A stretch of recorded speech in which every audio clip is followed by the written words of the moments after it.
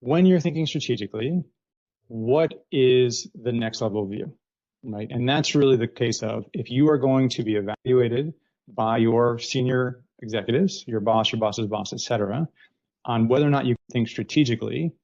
The question is, are you thinking at the level of your boss or your boss's boss? And a simple sort of rubric for that is how far out do your communications and scope go, right? So typically you run your function and you have your direct partners that you're dealing with, right?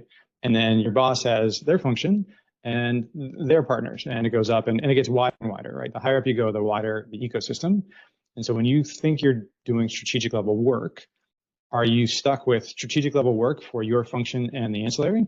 Or are you doing strategic level work at your boss or boss's level with their sort of partners, right? And so the easiest way to differentiate yourself from a strategic management perspective is when you propose strategic ideas, make sure that the scope of involvement, right, is at the level of your boss or your boss's boss. So simple example, if you're in engineering and you have an idea and you talk to product and infrastructure and ops, well, that's kind of your world, right? So that's exactly what I expect you to do, right? If you talk about, if you're, an engineering leader and you talk about, sales and marketing and HR and legal or risk management and compliance and things like that, like things that typically your boss deals with, now you're starting to think strategically at the level that will be recognized by your boss or your boss's boss, right? So there's this general idea of thinking strategically, which are new ideas.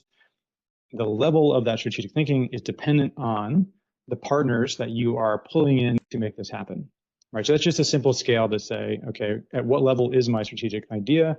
You sort of look at the partners and you say, what level of the organization deals with these people on a normal day-to-day basis, right? And your goal is to add people to your strategic idea that you do not deal with on a day-to-day basis.